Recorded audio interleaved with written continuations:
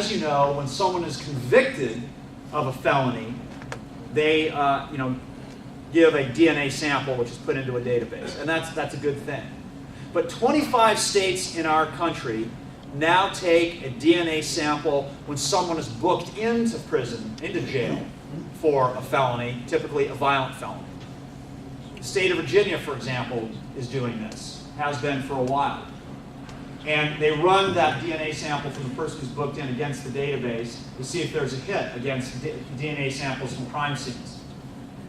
7,000 times, I think it was, they found, since they've started doing this over the last, I think it's 3 or 4 years, 7,000 times they found a match. And they're preventing violent crimes. This bill has been proposed twice in our state legislature. Twice. With strong bipartisan support led by Senator Gina Garnier. We've had people come up and testify.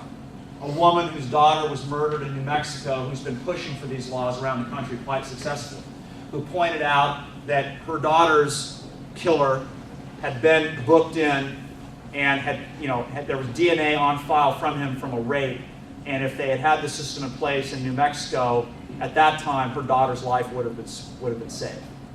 We had rape victims come in from our own state, victims of a man named Diaz, who pointed out that he too had been, had committed another rape, had been booked for another crime. If there'd been DNA sampling, he would have been caught, no question. And multiple victims of violent rape would have been spared that just ungodly ordeal.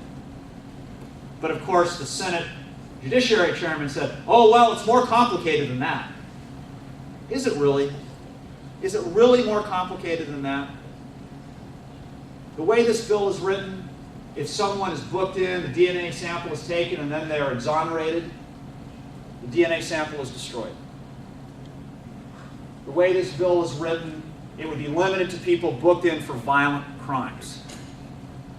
Although I happen to think we ought to take the samples for people booked in for burglary because of a close correlation between burglary and rape. So we need to work hard to pass this bill. We need to be more concerned with sparing our daughters and wives and other loved ones from these kinds of crimes than we do about the fact that, well, the Senate Judiciary Chairman doesn't really trust cops that much. I know who I trust. It's you. And I know what our responsibility is. It's to protect people in this state. And if 25 other states are doing it, red states, blue states, doesn't matter. It's not a partisan issue. With the bipartisan support we have for this legislation in Olympia, we ought to pass this law, and we ought to pass it in the next legislative session without fail.